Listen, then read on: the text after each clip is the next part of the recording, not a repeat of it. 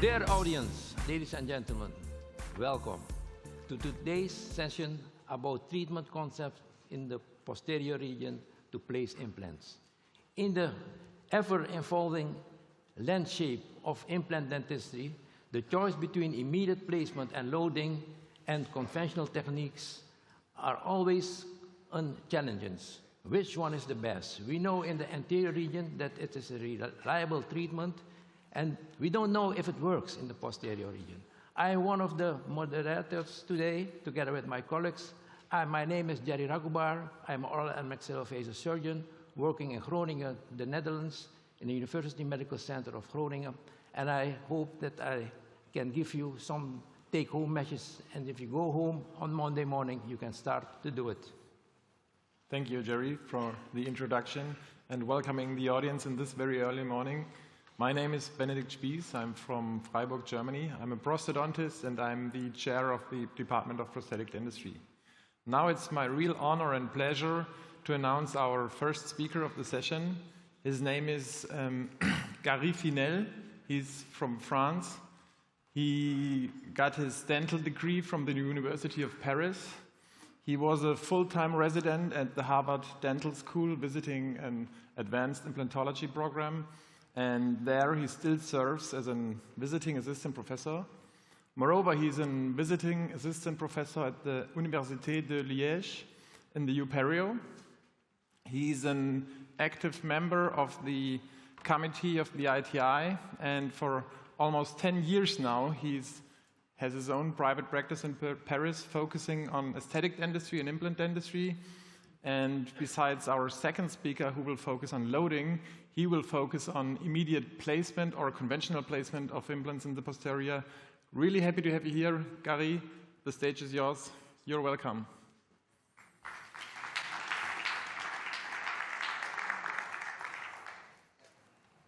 All right.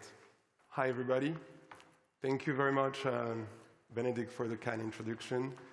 I'm very thrilled and very excited to be here today. Thank you very much for waking up. I know it's not an easy task on the last day of this meeting. And I would also like to thank the EAO committee for inviting me to share my presentation and to talk in the next 30 minutes about this absolutely fascinating topic and I would say meaningful topic for every implantologist. So today we will be discussing about immediate versus conventional implant placement in molar sites. Before I get into the heart of the topic, this is Paris, this is my city, this is where I spend most of my time during the day. Working there since now 10 years, I have the chance to work with my father. We have a practice that has made some changes along the years, and we moved almost totally digital, and I'm in charge of the surgical and restorative part of implantology.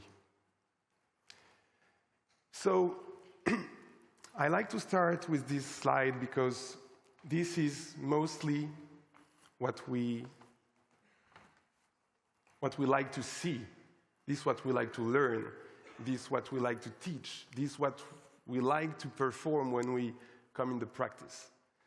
We always like to look at these very nice central incisor cases and to learn from it. But the truth is that this is not our reality. And at some point, I realized that when I go in my practice every morning, what I see is more this. This is my life, you know? And at some point, we have a lot of information for how to treat central incisor, how to place implant in the aesthetic zone, but we do not have that many protocols to treat these failing molars. And these failing molars represent more than 50% of what we are doing every day as an implant, as a tooth replacement. So more than 50% of the tooth that we replace are first molars. And still, we do not have these very clear protocols or guidelines on how to treat these molars. What is the sequence? When do we place the implant? And I would like to start asking you a question. What is your implant timing preference? Because by experience, when I ask 10 different persons, I may have 6 different answers. Do you do immediate placement? Do you do early placement, delayed placement? How much do you wait? Do you do socket preservation? So for this poll, we will make it a little bit simpler. I will just give you 3 options. Immediate placement, meaning that you place the implant at the time you are doing extraction. Delayed, or what we call conventional placement, that you wait for healing, and then you place the implant on the healed sites for molar. Or socket preservation, meaning that you will preserve the socket with biomaterials, wait for 4 to 6 months, and then place your implant. What is, I would say, your preference? And I think we can launch the poll if it's available, and you will have a few seconds to respond, to take your phone. All right. Is there a QR code? Oh, wow. You got it already. Perfect. So immediate placement, 20%, delayed placement, 60%, socket preservation, 20%. That's very interesting. I could not hope better result. But as most of you are doing implants, as I guess almost all of you are dentists, we all see this type of images in our practice. We all see this concavity that you see on the buccal because the patient has received an extraction before. And what we know now from literature is that when you extract a tooth, if you do not do anything to protect the socket, excuse me, sorry, you will have a ridge alteration that will be affecting the buccal plate, and that will give a resorption up to 30 to 50%. And this is because the biology works like that. In the first month, we will have an alteration of the ridge on the thinnest plate, which is always the buccal plate, and this will happen in the first month that will affect the buccal plate, and we will have a compromised ridge, while we used to have a perfect ridge at the time of extraction in most of the situation. Thank you very much. That was needed.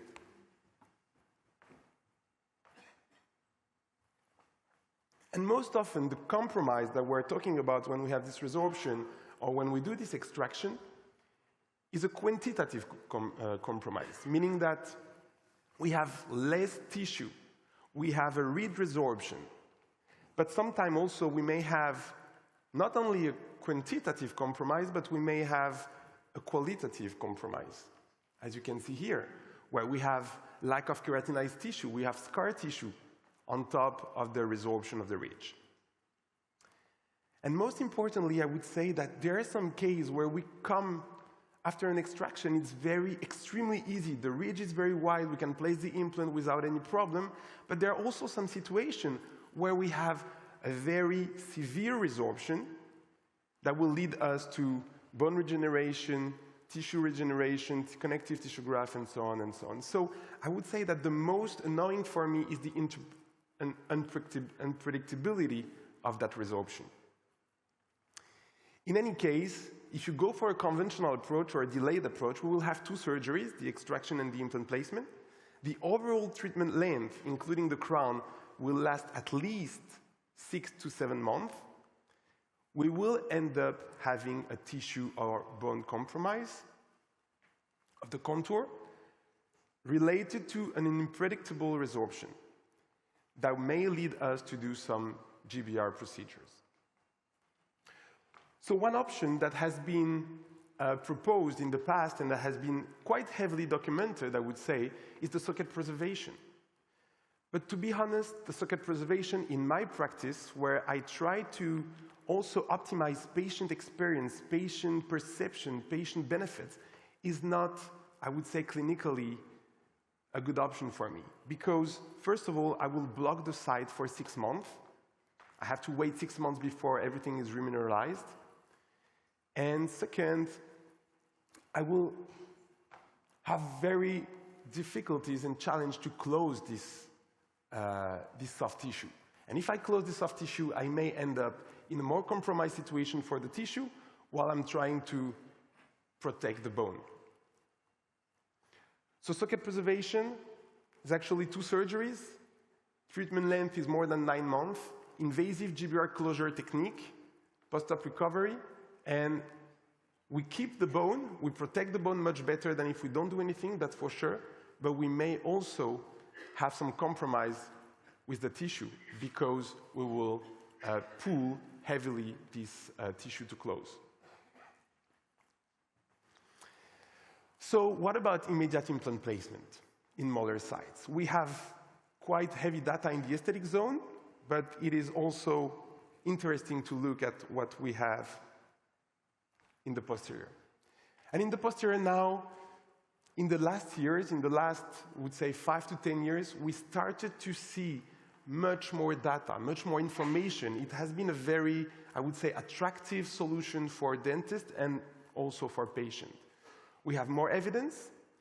We have more visibility of this technique. We see that a lot now on the social medias, which I'm not saying it's always a good thing, but we can see that it's more and more employed. And we also have the industry developing solutions to have better anchorage of the implant, better design, or solution to close the sockets, many, many solutions that are developed by the industry to simplify the process of immediacy. And I'm also happy and thrilled to present you this book that has been just published here in this meeting at the EAO, that has been published by Franz Lambert and Adam Hamilton, talking and trying to define some guidelines about immediacy in the aesthetic zone as well as the posterior zone. And I'm happy to have been able to contribute to this book. Immediate implant placement, is that a valid modality?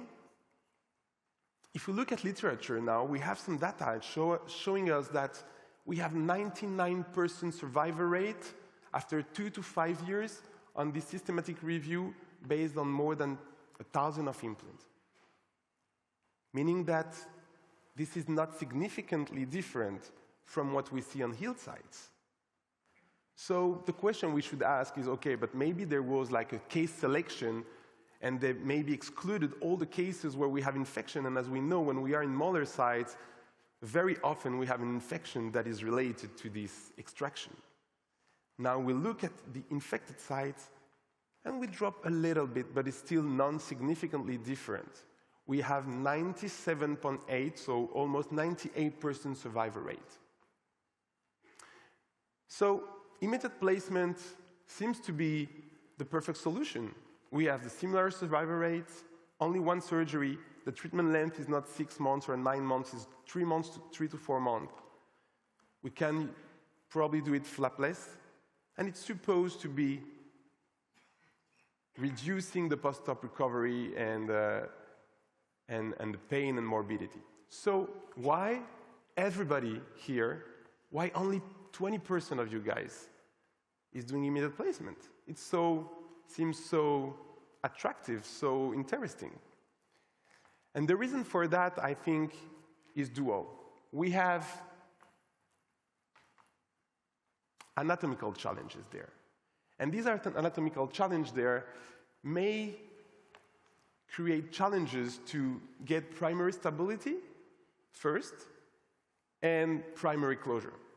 With regards to primary stability, I would say that we have now new solutions, as I mentioned, new implants that are a little bit more aggressive, new techniques, and I will not get into that today, but I would like to focus on the second one, which is for me the most important part of this, I would say, reluctancy to go into immediacy, primary closure.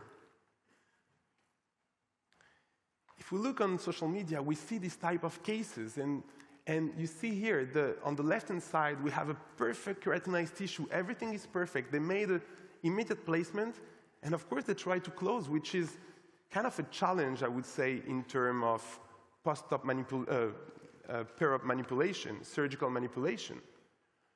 But we are destroying everything that protects the implant. We are displacing the mucogingival margin. We are doing extensive aggressive flaps, sutures, membrane, vertical releasing incision. All these create disorders, biological disorders, and end up in a compromised contour, in a compromised biological defense around this implant. Another case, look here, we have a perfect, very nice keratinized tissue. The dentist placed the implant, he made the socket preservation, he closed everything, and we end up being in a very compromised contour. Very compromised contour from quantitative standpoint as well as qualitative standpoint. We have lost the whole keratinized tissue, we have lost the whole potential of our site to defend the implant from any aggression in the future. So another question that we should ask, does immediate implant placement prevent the bone to resorb? And I would like to share with you this case. This was my first immediate case of my life when I was a resident in Harvard in Boston. And I was very excited by that, and I wanted to do an immediate implant case. I went to see my director. I said, can I do it? He said, okay, let's do it. I think it's the right indication for a start. We made it, went pretty good. Everything went well, the implant was integrated. We were able to place the final crown. But what do we see here? Pre-op, secondary healing, we start to see some resorption. The resorption gets stabilized, place the abutment, and now we end up being with this classical implant look-like site. So then, when I look at this case, I say, okay, no, the immediate implant placement does not prevent for bone resorption.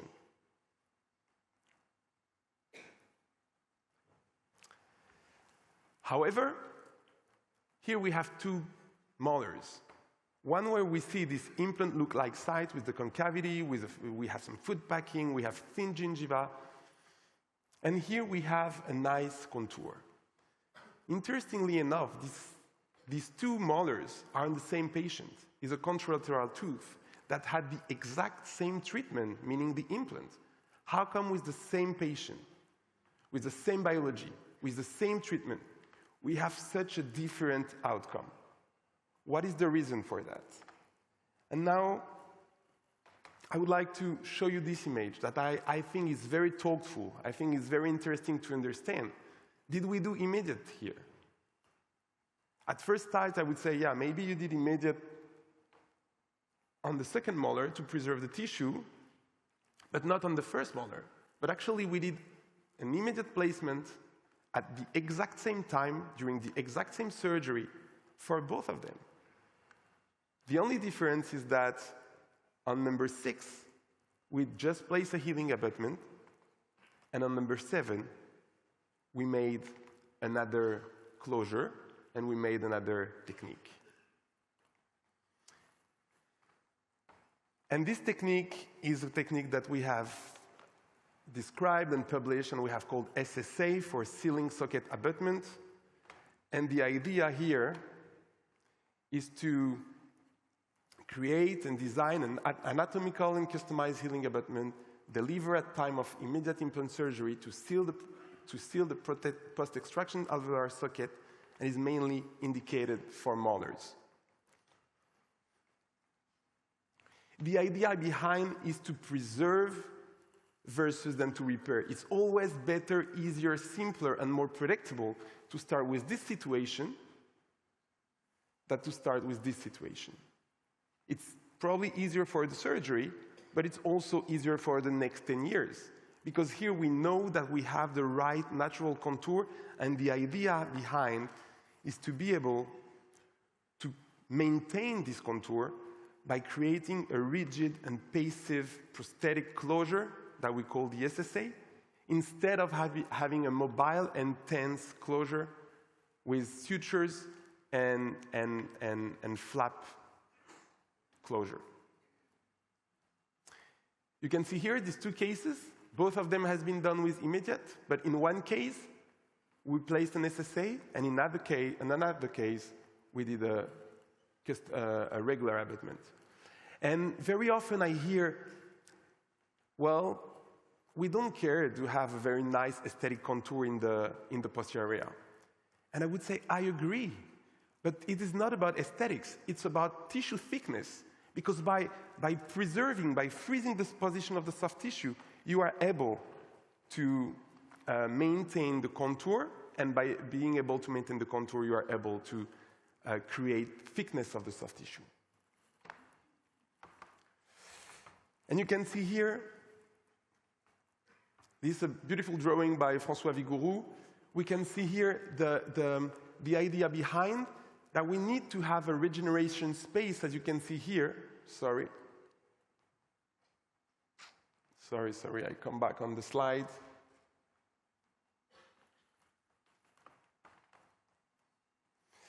When we are looking for this regeneration space, so we are trying to leave space into the transmucosal, the deep transmucosal portion, and we want to have, in the last millimeter, flush to the cervical margin, we want to have a contact so we can stabilize the tissue, close the socket, and support this soft tissue so they don't resorb, they don't collapse. Why SSA? What are the concepts behind? It's not actually about an abutment, it's more about a workflow. This piece is making the link and the transition between the surgical world and the prosthetic world. Bone regeneration, minimally invasive strategy, biomimetic by maintaining the prosthetic and aesthetic contour, and help us to go for a digital workflow. You see here how these components, these surgical components or surgical prosthetic components is freezing the soft tissue from day one all the way to the final crown, so we can maintain and support the tissue. We have developed 4 different techniques, and because of the time today, I will just share with you one of the workflow, which is the one that we have been using the most in the last years. This is the conventional workflow. This is the one that is the more accessible, the more economically, I would say, valid. And here is a typical case of a molar that has been fractured.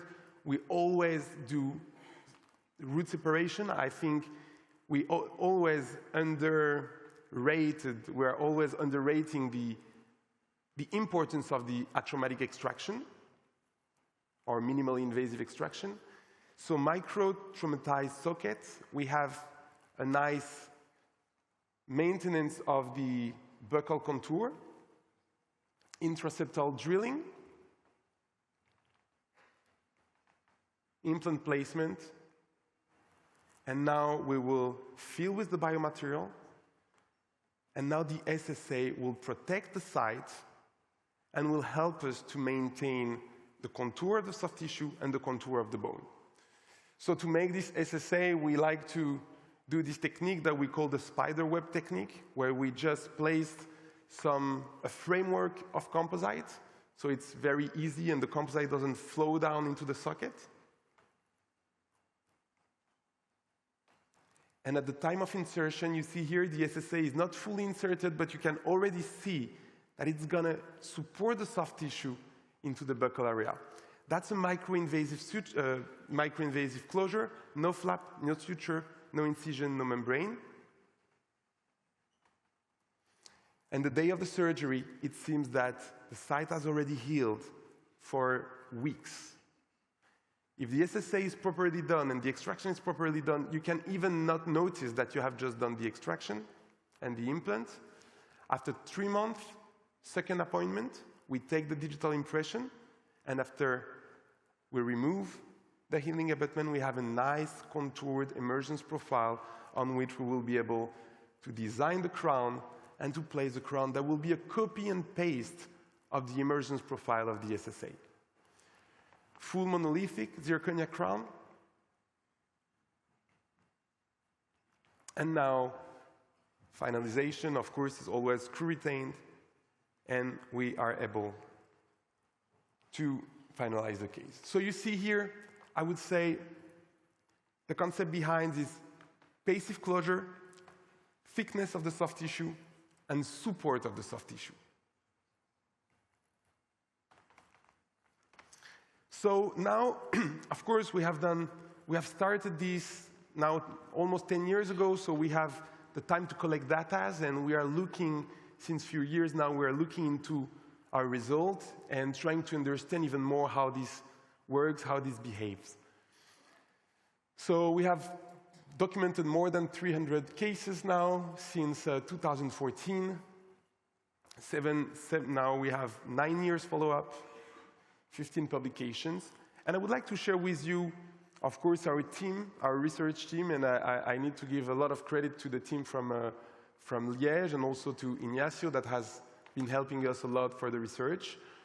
And we looked first at the clinical and radiographic outcomes. The results were good. I'm not going to get into that. But what I want to share with you today is the analysis of soft tissue and the analysis of hard tissue after we placed the SSA. So in 2021, we published 2 papers that were looking at hard tissue and soft tissue, actually 3 papers.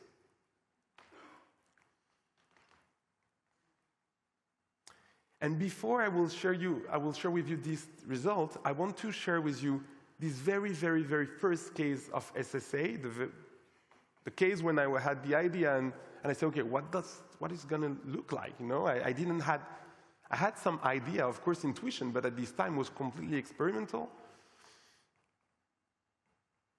And this was the case, and we did digital workflows, so we made the SSA in advance based on the guided surgery. And you have to understand that this case is probably the less favorable case that we had because it was simply the very first one. So we did not know yet how to design the SSA. We used this technique that was actually incorporating a little bit of deviation. And you see now that we place the implant, we create the SSI in advance.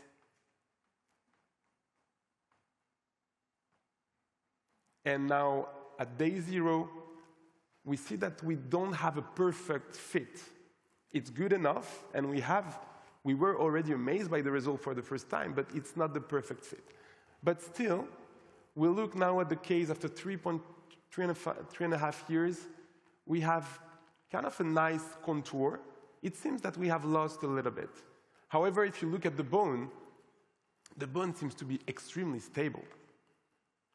3.5 years, and now the patient came back. He lives in Barcelona, so it's not easy to catch him, but at some point I told him, come, I pay you the ticket. I need to see what happens there. And at 9 years, we have some collapse on the soft tissue, but it seems extremely stable bone-wise. But the collapse of the soft tissue, I would say, is something that we see sometimes, very little. But I would say that in that case, it's probably the less favorable case because we did not have the knowledge and the experience as we have now. So let's look at bone variation. So we work with Liège, with the University of Liège in France, and we superimposed the cone beam CT before and the cone beam CT after.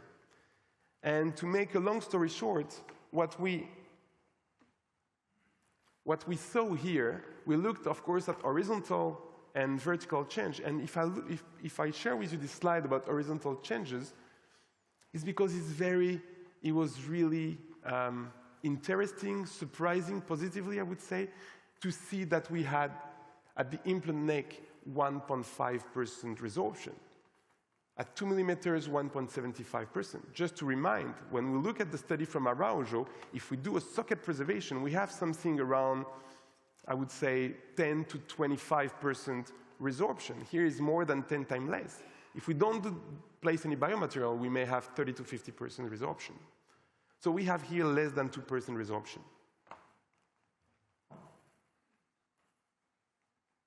Sorry. And you see here, some images of the case that we looked at, and very consistently we had this ridge that was very nicely maintained. We could see both corticals, and we could see how stable it was over time. We had between 1 to 5 years follow-up on this study. Now, the reason why it works quite well is because we have a confined bony space, blood clot stabilization, and biomaterial stabilization. These sealing socket abutment has the potential to maintain the blood clot and to isolate from the oral cavity. So as you see, this case at 9 years, we see this resorption on the buccal, on the soft tissue. But we have also other cases, like this one, after 3 years, when we have a very nice maintained contour. So this is to introduce the second study that we have published recently, and that looked at, we published that into IGPRD, and we published another one with the team of France in clinical oral implant research. And in both studies, we saw that we had around 1 millimeter of resorption vertically and 1 millimeter of resorption horizontally. A little bit less than 1 millimeter, I would say. Which tells us that we do have some resorption of the soft tissue, but it's much less than what we see if we do not use this technique. While in the bone part, we have almost no resorption whatsoever. So now to get into the last part of this presentation, I would like to also share with you this thinking that I had at some point where we were thinking of what would be the ideal abutment to perform immediate implant placement, to simplify treatment, to improve patient experience, and to preserve biology. So we had these guidelines in mind of having an abutment that would be anatomical, customizable, that would help us to reduce manipulation, that would be scannable, biocompatible, with the new, incorporating the modern concept of emergence profile, and that would be highly polished. And this is why we worked with a company and developed this concept of SSA gingival fit. And the idea here is to have a piece that is dedicated for immediacy, biocompatible, anatomical, customizable, scannable, and biologically designed. We have 3 different shapes. And we really want to minimize the number of pieces and to start with a good base that you can actually customize. We have shapes for molars, lower, upper, an adaptation that is most likely around 70%. The surface is roughened, so you can add some composite, close the socket, and then we can have also the possibility to scan on the top of the abutment without removing the SSA. So just one case to illustrate. This is a failing molar, root separation. Here we did intraseptal preparation, drilling, placement of the implant, and we just use bone chips here. We usually go with low speed, harvest the bone chips, and in that case we did not put any biomaterial. Placing the SSA, that you can see he's already almost 80% fitting with the existing socket. Just finalizing on the superficial part. All the transmucosal part is taken in charge by the highly polished surface of this transmucosal part of this abutment. This is a PIC material that is sandblasted on the top. And you can see here, placement of the SSA and extension with the composite. After 3 months, at the time I remove the SSA, and I can finally deliver the crown, so I remove the SSA only one time, only at the time I place the crown, as we can actually scan it.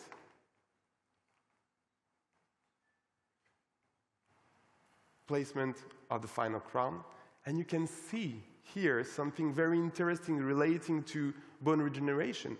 We did not put any biomaterial. And it seems that it behaves. This is really not scientifically based so far. So it's not something you can, I just give you my experience here that in that case, when I'm able to close the socket to maintain the blood clot, I see the same type of regeneration as I see when I place biomaterial, in the condition of placing a rigid closure, a rigid roof to maintain the socket. Final restoration. So just to conclude, where are the limits of immediacy? I would say lack of primary stability, of course, an ability for passive closure. If you do not do an SSA, if you pull the tissue, I think is not, and it's contraindicated. Buccal or lingual dehiscency, loss of attachment on the adjacent tooth, and lack of keratinized tissue, which is not happening a lot when the tooth is extracted. It's more in the remodeling of the soft tissue later on that we lose this keratinized tissue. So immediate and SSA, we start to have emerging evidence from our group, from our team, but also from many other groups, and I think it's very good to understand and to see this evidence coming and coming. I think we still need more data, more randomized clinical trial, 3 months treatment, 3 appointments, an eventful post-op, tissue stability, and also cost reduction because we are combining the different appointments.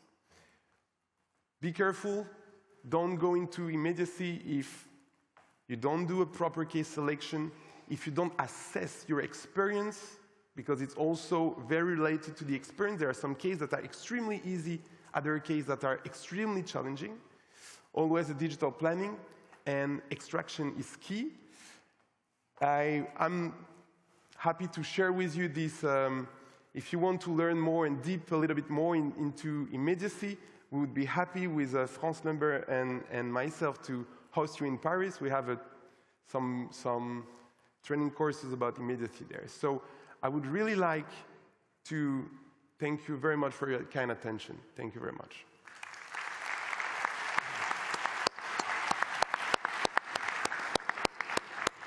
Thank you, Gerry, for your excellent lecture. You can take a seat, and I think we'll have an exciting discussion after the next presentation. Sure.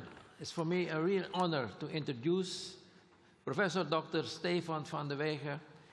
He completed his dental school in 2006 in the University of Ghent in Belgium, and he subsequently specialized after that in oral implantology. In 2010, he defended his PhD thesis, and after that, he went 2 years to the University of Malmö to do research. After that, he went back to Belgium and started private practice and started to do research in the University of Ghent. And in 2017, he became head and professor of the Department of Reconstructive Dentistry in the University of Ghent, Belgium. Stefan, we are very glad and honored that you're able to come here and tell something about the latest research findings and about your clinical experience about conventional versus immediate loading of implants in the posterior region. The floor is yours. Thank you very much. Okay, so for the next half hour, we'll talk mainly about immediate loading in the posterior region. And do we actually still need to discuss immediate loading these days, especially for an audience like this? And I think that is something we have to think about, because we have published a lot about immediate loading. It's a well-adapted treatment modality that we use in most of the practices these days. So do we still need to discuss immediate loading? And I think the answer is yes, because there are still some blanks that we have to fill there. And while preparing this presentation, I bumped into this article by Pommer, who went through all the literature on implant dentistry of the 21st century. And one of the main topics that was present in most of the studies was immediate loading, in 14.3% of the papers. So it seems like the scientific community is still highly interested in immediate loading, fortunately. But now let's have a more detailed look about what is available in terms of the research. When we have a look at anterior versus posterior immediately loaded implants, we see that there's a clear advantage for the anterior implants. We see a lot more research there, and that's not the only difference. Because if you have a look at this graph, we see over the years, and especially the past years, we see actually a decline in the number of research that has been published about immediate loading in the posterior. While it seems that we're still interested, it is what's happening when we do immediate loading in the anterior region. And that's a pity, because we still lack a lot of data about immediate loading in the posterior.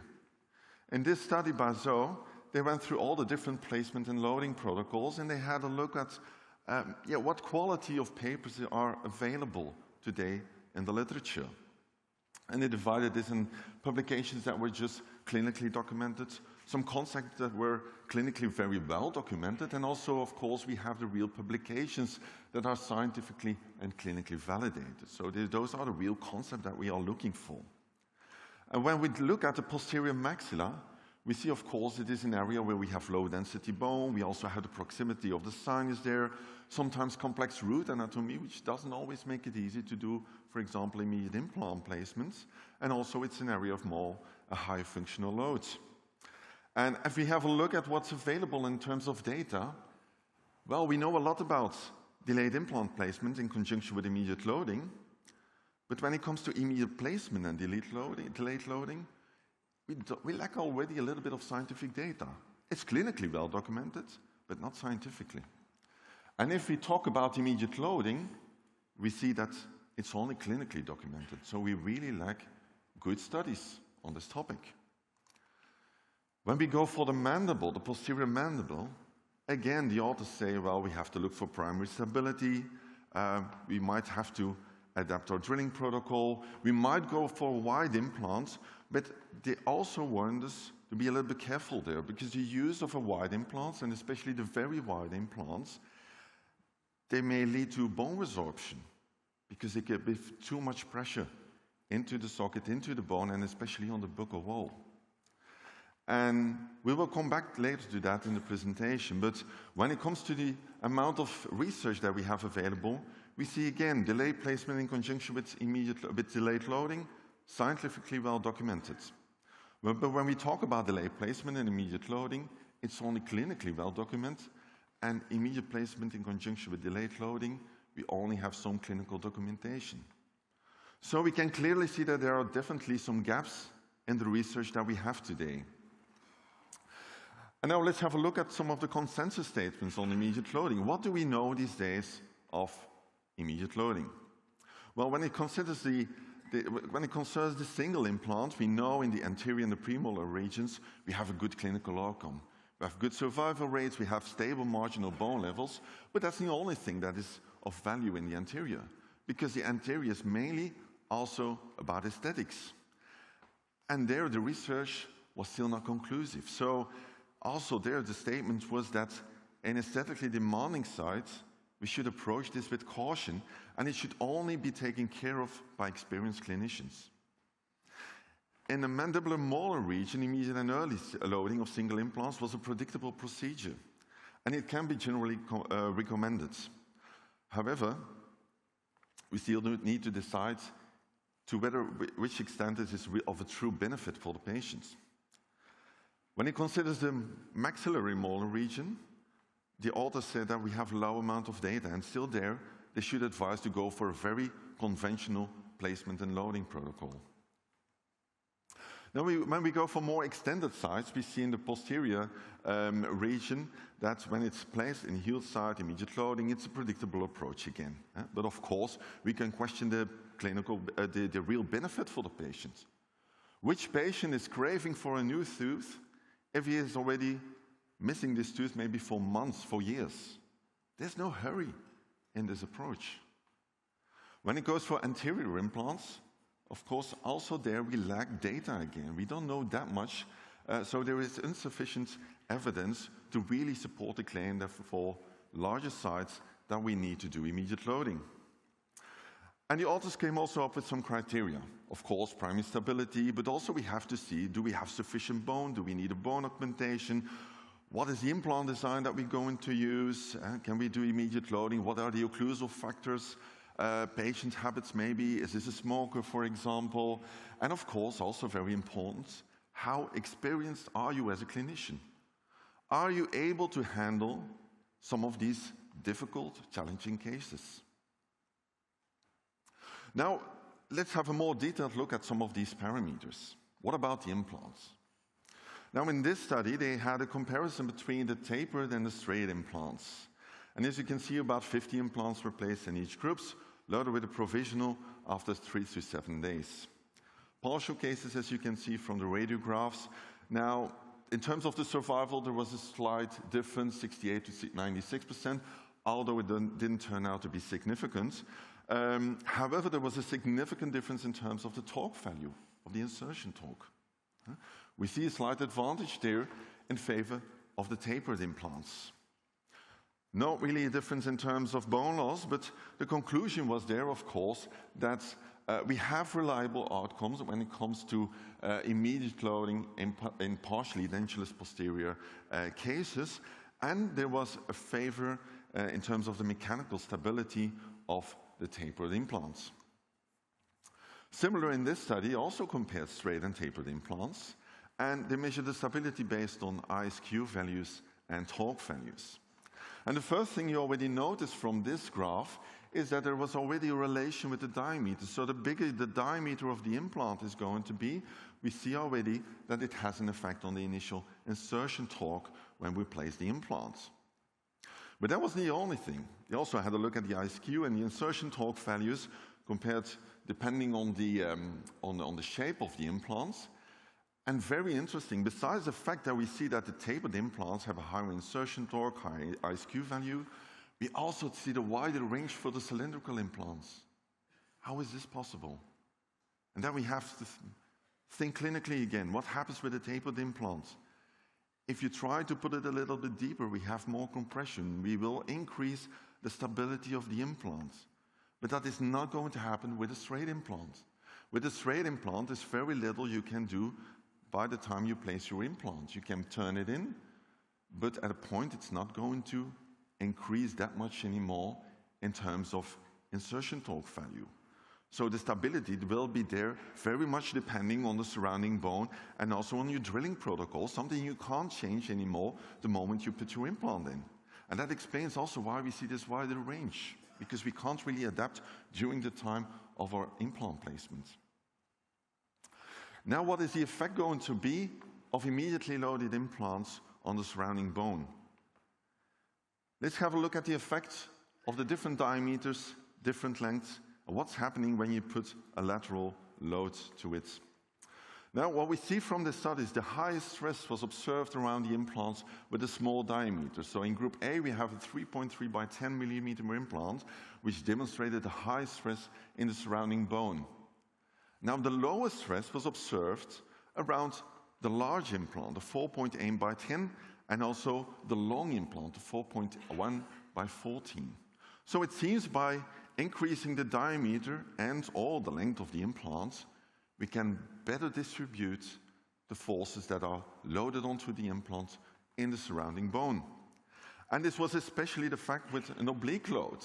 And there, although diameter and implant length have a positive effect, we see that we have a more pronounced effect of the diameter, especially under an oblique load of the implants.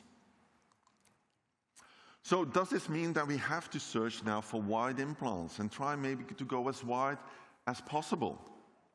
Well, very good question. And in this study, they placed 5 millimeter diameter implant, 15 delayed loaded, 15 immediate loaded. They had a look at the bone level, which was a little bit better for the immediately loaded group. And in the end, they found no implants were lost in the delayed loading group and only one failed in the immediate loading group. But it is far more challenging.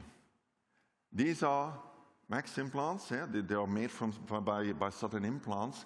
They are 8 to 9 millimeter in diameter, so that's quite unconventional, I would say.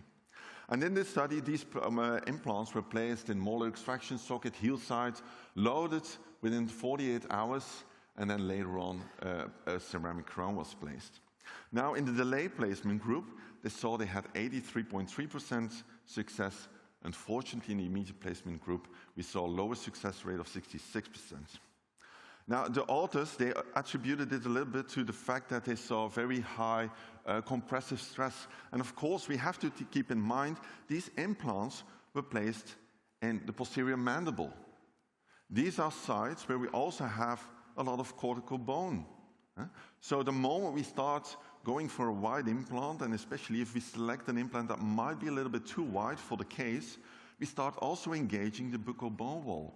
We start putting maybe too much pressure there, which might result in bone resorption and failure of the implant. We used this implant as well for a couple of studies several years ago. Some of them are also immediately loaded, and also there we fortunately saw a good implant survival rate, 89% versus 98% for the immediate versus delayed loaded implants. So it is possible, but we see a slightly lower survival success rate, despite the fact that actually this was not really significant. So we couldn't really observe any significant difference regarding time of placement or time of loading of the implants. And these are just some of the examples.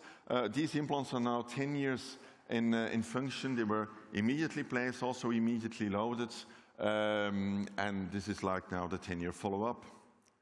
Similar case, implants immediately placed in 2012, now 9 years follow-up, also immediately loaded, and we still see a good outcome of the implants.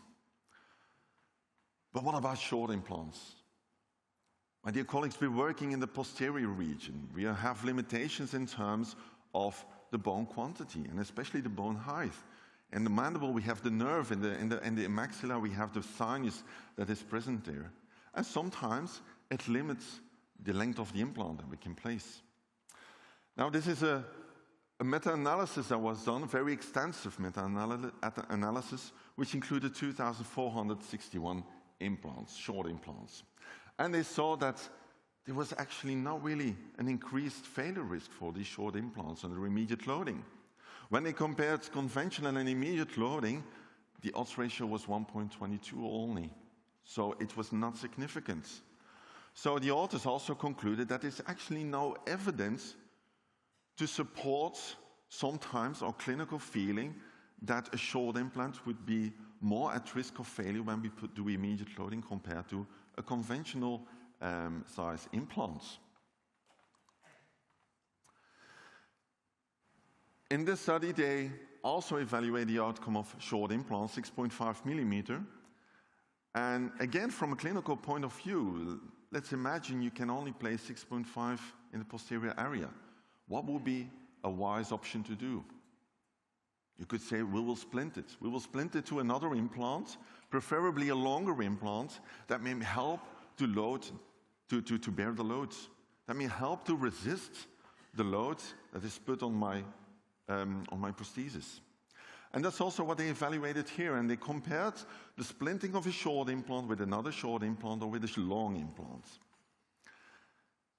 And here we can see some of the results. The only significant difference was observed at the distal side of one of the implants in the short-long group, a little bit more bone loss there, but besides that, they didn't really observe any significant differences. So it seems that it's pretty safe to load a short implant in conjunction with another short implant. What about sinus grafting? Let's say we don't want to place a short implant. Let's say we still prefer to place a long implant, and we need to elevate the sinus membrane a bit. In this study, they placed 20 implants in 10 patients, and they also protruded with the implants into the sinus. So they didn't use any bone graft, so they just elevated the sinus using also the implant, of course, as a support. However, they really related on the residual amount of bone to achieve primary stability. So in all these cases, the implants were placed with at least 20 Newton centimeter stability. Now, after 2 years, all implants were stable. They had an average of 5.7 millimeter of bone gain into the sinus after 6 months. So the conclusion was that it's predictable. We can load these implants and at the same time lift the sinus membrane in the posterior region without any major problems. But of course, the immediate loading concept, this doesn't come from what's happening in the sinus. It all comes from the native residual bone that is still present there.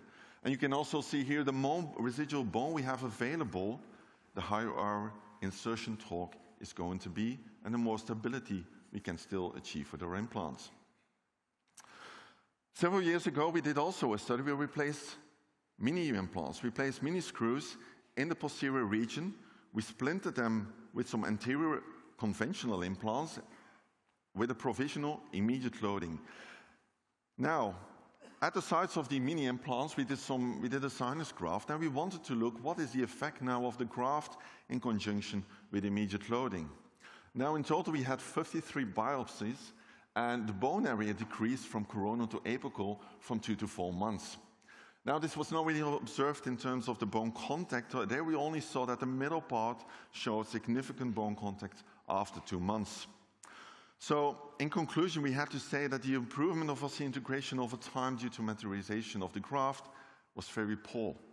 And so we need to say that actually the graft itself, it didn't really add to the load-bearing capacity of the implants. So we can't relate on the graft in terms of the load capacity. We really need to have sufficient amount of residual bone to have the implant stable in order to be able to do immediate loading. Now, what about the implant surface? I think we can be very short on that. We all know that the current implants with a moderately rough surface, they are an improvement over the previous or the older smooth stern surfaces that we know from, for example, from the old Brunnermark implants. Also in this study, they placed the implants immediately loading in the posterior area, and we see for the moderately rough tyenite surface, we have 95% survival rate versus these machines where we have 85% survival. Now, this is not really surprising, I guess. We all know this, and most of the implants were early failures. Implants that failed to integrate, and this was mainly in those indications where we know that the implant surface is really full of benefits. We have a faster and better integration in those sites, especially where we have low bone quality. Also patients that are smokers, for example, we know in these patients this implant surface roughness makes a difference. Now, we have talked a lot already about immediate loading and the implant, but we haven't really discussed the factor of biology. And there we have to go back in time a bit to the late 90s, where already they discussed the fact, like, can we allow a certain amount of micromotion to our implants? Or do we need to make sure that there's zero micromotion on the implants? And it was a very interesting question, and also from this paper, the authors concluded that, well, there is a certain critical threshold above which we see a fibrous encapsulation of the implants, but this is not zero. This is somewhere between 50 and 150 micron. So we do have a certain tolerance for micromotion. Now the question is, how can you limit this micromotion? And also here the authors suggested to splint the implants with the prosthesis to reduce the mechanical stress onto the implants. Now, this is not something that came from dentistry. This is something that came also from orthopedics, where they also saw that actually by putting some cyclic loading onto a healed fracture, that we actually improved and fastened the healing process. This was confirmed by several authors, by several studies. So it seems that immediate loading might have a beneficial effect on the bone and on the integration. Now, however, when we have a look at this, these authors are from the University of Leuven, and they have published quite a bit of studies on this topic and also on the biology around immediately loaded implants. And they have a very nice paper where they brought everything together. And also there they said that actually the high insertion torque at implant installation, they saw that it not only leads to a high bone-to-implant contact, but also it was anabolic for the bone surrounding the implant. So they couldn't really see a negative impact of the strain that it could cause, which is sometimes reported in some studies. However, it's not the only factor. And as I said, we also have to take into consideration the bone quality, the quantity, the loading scheme, and probably also some other factors. So it's not only about the primary stability of the implants. They concluded that, well, it might accelerate the tissue mineralization in the vicinity of the implants. Of course, we have to have a modern implant, I would say, like with a screw thread, which is better in terms of the load, the mechanical loading on the bone. And also, of course, we need a roughened implant surface to improve the integration. But so, apart from the fact that we need primary stability, we also have to consider the other factors, like the implant design and the surface. And this is really interesting because we have, as a clinician, always been focusing on primary stability. And I think it's quite logical because it's one of the only parameters that we have at our disposal when we treat a patient. This is for us the indicator to know how stable the implant is. It's one of the few tools. But as you can see from this study, this was an in vitro study. They placed 3 different implant designs.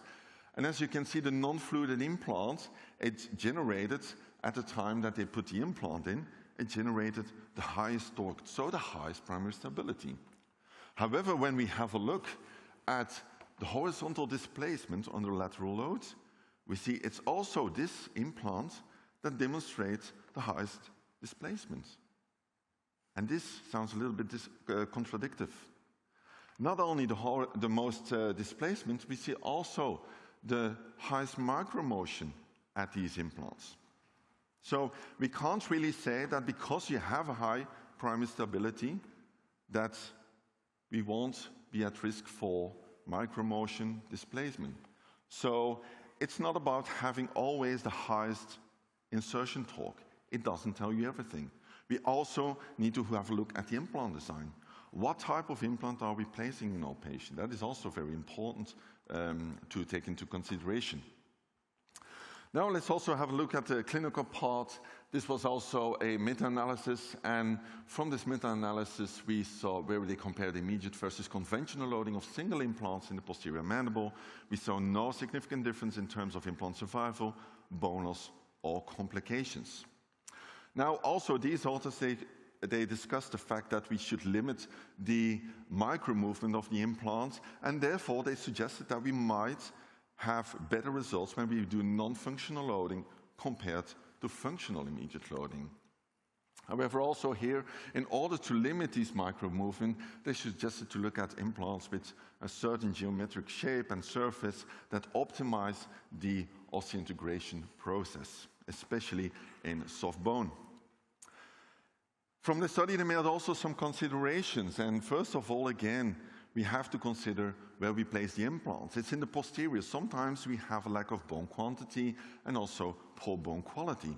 Especially in the maxillary posterior region, this is a region of which we know that quite often the implant survival rates are a bit lower compared to the other regions in the mouth. Again, we need a good primary stability, and according to some of the authors like Tiziano Testori and Gali, they recommended at least 30 Newton centimeter, and if we could splint the implants, we could go to up to 20 Newton centimeter. Now, sometimes we think immediate loading is very good for the patients, makes them happy, it's also cost effective. They didn't really find any proof of that. Now, also, the Brennan and co-workers, they had a very nice review on this topic, and they came also up with some guidelines. And they found that it turned out that there was less discomfort for the patient, but also that there was some kind of an economical benefit. And maybe this economical benefit should not directly be found in the procedure itself, but rather in the fact that patients that undergo immediate loading immediately have the ability to continue their social and professional functions. And that, of course, helps them in their professional life. Also, again, they pointed out the importance of primary stability, the importance of having a micro-rough surface, and also they commended splinting to overcome the possibility of overload and to limit the micro-movements on the implants. And therefore, it's also very important that you keep your patients well under control. It means that once we have placed the provisional in place, that we don't send the patient home for months. We call back the patient because we also have to check the provisional and the occlusion from time to time. Make sure we don't have any fractures, because the moment we have a fracture of the provisional, it may lead to overload of one or multiple implants and failure. So that we have to be careful of. Also, we have to respect the occlusion. And they advise to have a very light centric occlusal contact, but to avoid lateral excursive contacts. And also the importance of splinting. And this already starts from the moment we place the implants. If we have partial cases where we have to put like 3 implants, make sure you choose the position wise. Because if we can change the position a little bit and go for more like a tripod support, we might have a much better support of the prosthesis and much more resistance to lateral forces compared to putting all the implants in a straight line. Now, of course, the biggest benefits we would achieve by placing the implants immediately and also load them immediately. But however, as you can see from this study, we lack research, we lack data. There are not a lot of publications out there that support this, and therefore they really don't advise to do this kind of protocol. Now, we did a study a couple of years ago where part of the implants were placed immediately, part of the implants were delayed, placed, but all of them were immediately loaded. And as you can see, we didn't see that much of a difference. However, in terms of bone loss, of course, we saw immediately placement of the implants had less bone resorption compared to delayed placement. And I think that has, of course, a lot to do with how we place the implants. If we do immediate implant placement, automatically you will place the implant a little bit deeper because we know we will have some resorption of the surrounding bone, and we want to be ahead of this. We want to compensate this already at time of implant placements. And this is something that we often forget to do when we do delayed implant placements. We only look at the bone, we forget also the thickness of the tissues, and sometimes we should consider to place the implant even a little bit deeper below the crest in relation to the biologic width and the thickness of the tissues. Now, this is a study from our group from several years ago. It was one of the first studies that was doing immediate loading also in the posterior. We had 2 sides. One side was flap procedure, delayed loading. Other side was flapless procedure, immediate loading of the implants. And, well, the first thing that we notice is, of course, we have less attached mucosa in the group where flapless implant placement was performed. I think that's quite obvious because, of course, you do also a punch in those situations, so you're removing part of the tissues.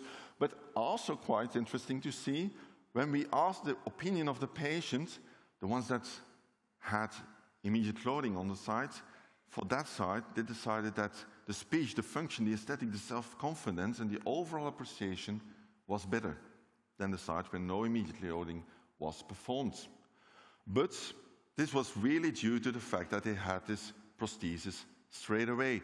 When the other side also was restored with a provisional, we didn't see this difference anymore between one side or the other one. This was also quite interesting to see. Here they had a look at what the tactile sensibility was of implants that were immediately loaded or delayed loaded. And actually, what they noticed is that the tactile sensibility was higher in the immediate loading group and better. And it was difficult to give an explanation to that, but they attributed it to different innervation or during the bone remodeling around the implants. But it's an interesting finding, I think. What about the soft tissues? Well, we don't know that much about the soft tissues. Here, for example, in this study, they used different sized abutments, delayed loading, but also they had kind of anatomical shaped healing abutments, like the previous speaker showed, and also they had some patients or some implants where a provisional restoration was placed on the implants. And it's very clear from these data that the groups where a provisional was placed or where an anatomical abutment was used, that the soft tissue healing was much better. They saw less soft tissue shrinkage after the follow-up period compared to the sites where a standard abutment was placed. So I think it's definitely recommendable to go for an approach where if you do the immediate placement, that you also have a good support of the tissues. Can be with you building something with composites, can be indeed this seal socket abutments. Today we also have some thermoplastic materials like from Elemental where you can easily make something yourself chair side. So there are different options, but we see definitely the benefit of this approach. Unfortunately, we saw in the group where immediate loading was performed that there were some more failures. Now, a last study also here, immediate loading posterior, they saw again a significant gain in the interdental papilla in most of the cases after 1 year. So also here they really said, like, if you do immediate loading posterior, it might help you to support the tissues better and to achieve a better aesthetic outcome. So from all of this data, from all of these studies, I think we definitely see some conclusions here. First of all, when it comes to immediate loading in the posterior, I think we have a very similar outcome as immediate loading in the anterior or conventional loading. Can do it with short implants, not really a problem. However, we lack data on immediate implant placement in conjunction with immediate loading, and also we know very little of what's happening with the soft tissues around the implants. Of course, when we want to do this approach, the key factors are, of course, the type of implant that we are going to place in the primary stability. And last and definitely not least, we as a clinician should have the experience to do this. This is not the most easy kind of treatment to do. So we need to be skilled, and also we need to consider the cost benefit of this treatment. Is this really of value also for our patients? So one statement to stop with, immediate loading posterior. Yes, if you're skilled, can perfectly do this. Immediate placement and immediate loading in the posterior, we still lack quite a bit of data, so that's still not the recommendable approach. Thank you very much.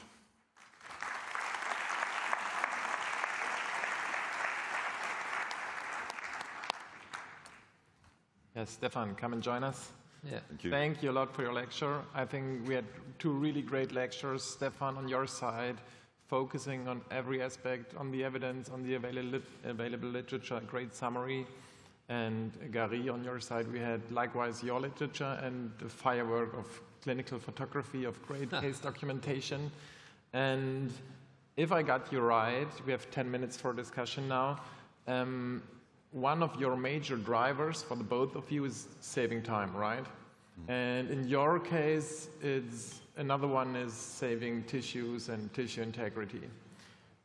If we come back now on Monday to our private practice, how to do the decision making? Is it saving time with your protocol? Is it saving time with immediate placement? Or can we even combine both techniques? You made one point in your conclusion, there is no data, but is it missing data, or wouldn't you even not recommend to do so? When it comes to combining immediate implant placement and immediate loading, it's first of all, from a clinical point of view, it's quite difficult. It's quite challenging. And as you also showed, you need to have the primary stability. It also depends on the anatomy of the tooth that was extracted. So there are a lot of factors that are quite challenging. And especially because we don't really have a very clear protocol, we lack a lot of data there. Is it possible? Of course, but for example, if 1 out of 5 implants would fail, just to give you a hypothetical idea, then is it possible? Yes, for 1 implant, but is this a good recommendation? I wouldn't say so. So I think it's very wise to say to the people, don't do this yet. We need more clinical studies. We need more data to support this protocol, and also guidelines on how to do this and how to approach this kind of a treatment. So definitely I would not recommend to do this this day. If you want to do it, yes, you can do immediate implant placements in conjunction with delayed loading, or you can do immediate loading in an implant, on an implant that was placed in healed bone. That we know of is something that works. Okay, maybe Gerry, which is your way of patient selection for your cases? Well, I think I would agree on what Stefan just said. I mean, it's we lack of data today. I mean, probably it would work. Probably, I mean, there is a very big range of challenges in immediate placement, and this is true that there are some cases, especially I'm thinking about some upper molar, like the one I showed at some point, where we have a septum that is even that is already a ridge. So in this case, we could consider that would be in a similar situation. However, I think we do not have the data on a large scale, and today I think it's a little bit too early to start really like advocating this technique with combining both strategies. And as a prosthodontist, I need to ask, you were both talking about implant installation by hand, let's say it like this, and you were not working with a guided solution, I think. And as a prosthodontist, it might be charming to use one because, for example, you could prepare the provisional in advance, or you could prepare your appliance in advance. So you developed something to overcome this issue, but still we need to work with composites, or maybe some people in the audience might not be in favor of spiders. And how about using guided solutions and using prefabricated appliances or reconstructions? Well, that's a great question. Of course, it was one of the first questions I asked myself. And to be honest, I mean, the very first technique that we developed with the SSA, the article that we published in Germany in 2017, was made with guided surgery. And I started the SSA, the journey of the SSA with guided surgery. But what I realized is that we need to organize a lot of things in advance. And there are some situations where when we have deviation, in the best case scenario, everything goes well. Compromise, we can have some deviation. This can happen, especially on immediacy. And sometimes we don't get the stability, or we want to get deeper, and then everything that we made, especially the SSA that is made in advance, is not fitting anymore. So now I prefer, if I go for a digital strategy, I prefer to go freehand, and because I see very well the reference. I believe that it's not the same situation when you are on a healed site. How many times we go on a healed site and we place an implant and we say, oh, it's not very straight there.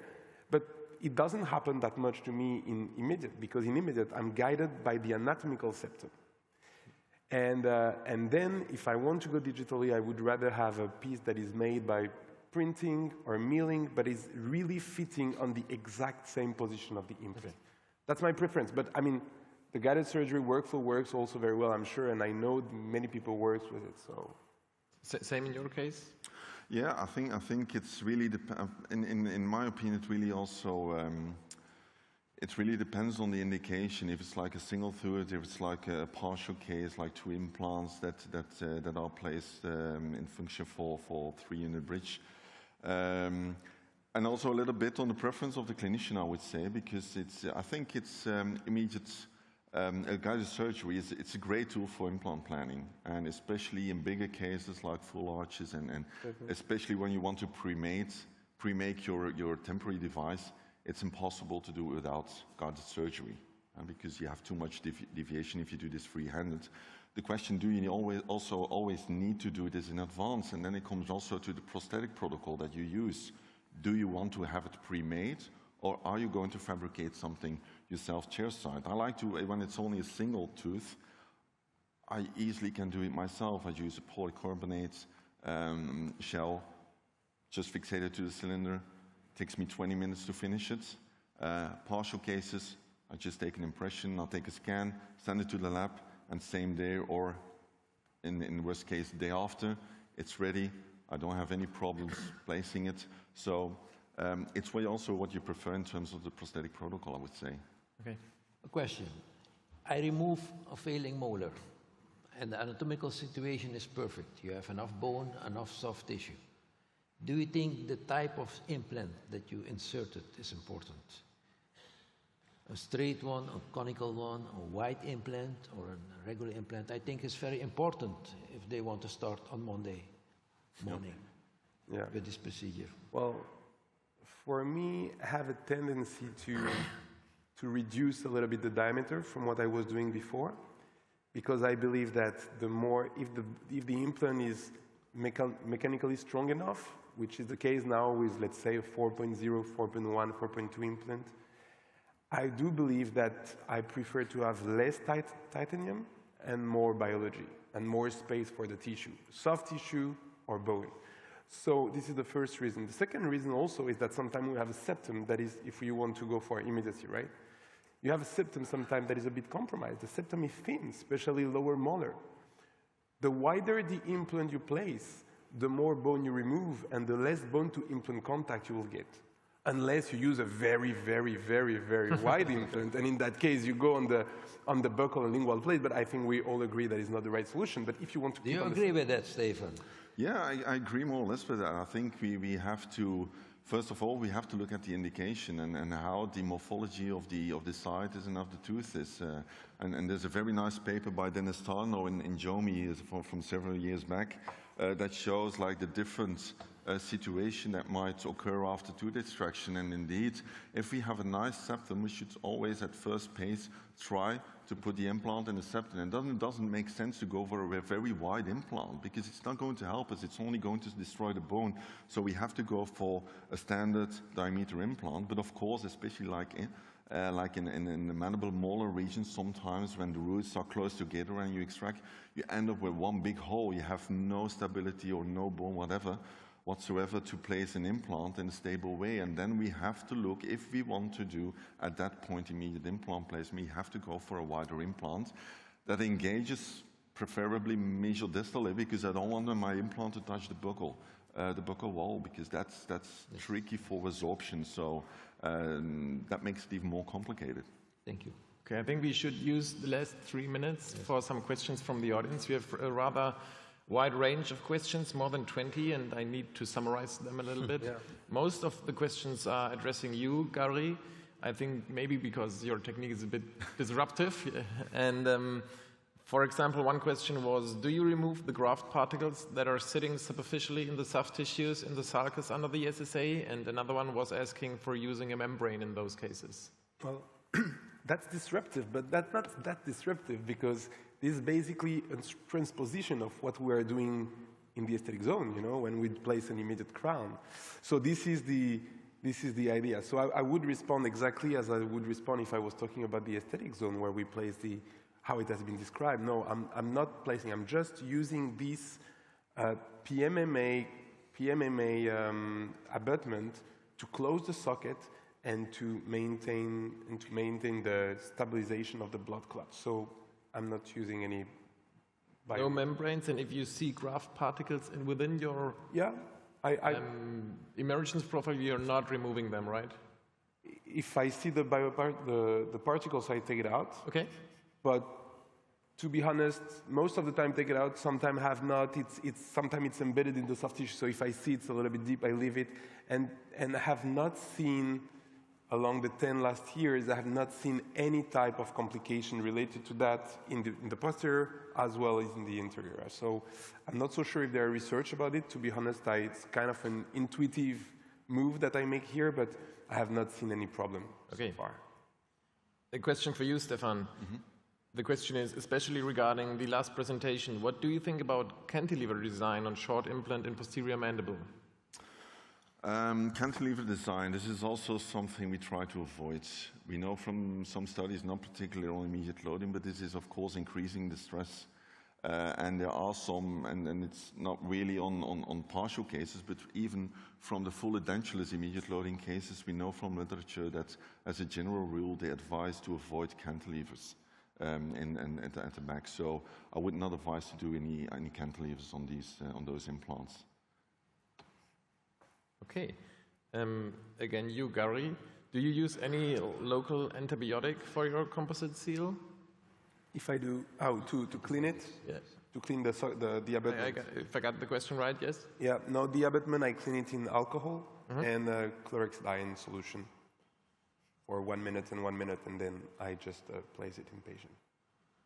Very straightforward question for you, Stefan. How long is your healing period after immediate placement? After the prosthesis is delivered, after the temporary is delivered, normally about 3 to 4 months. Do you have a lot of no-shows? For example, if you have too good provisionals? Because I think if it's saving time, if it's saving money, you would recommend to do no perfect color match for the provisional, right? Yeah, exactly. Okay. Maybe one last question. How about occlusion in your cases? Well, as I was also mentioned on one of the slides, I go for very light centric contact. I'm really afraid of that, but I really try to avoid excursive contacts. I know people sometimes say, well, we put them out of occlusal contact. can do it, of course, but I mean, a lot of authors also state it doesn't make that much of a difference. I mean, still the patient, while he's eating and functioning, is still going to have contact during the time, so it's the implants in the end will still be loaded. Okay, thank you. I think we need to close, Yes, right? no, we can close. Thank you a lot. I think we had great lectures, Thank you very great much. discussion. It was, for me, a very interesting topic because we, like you both said, we were always talking about anterior restorations and immediate loading and placement. Exactly. And it gave a lot of input to me and hopefully to the audience as well.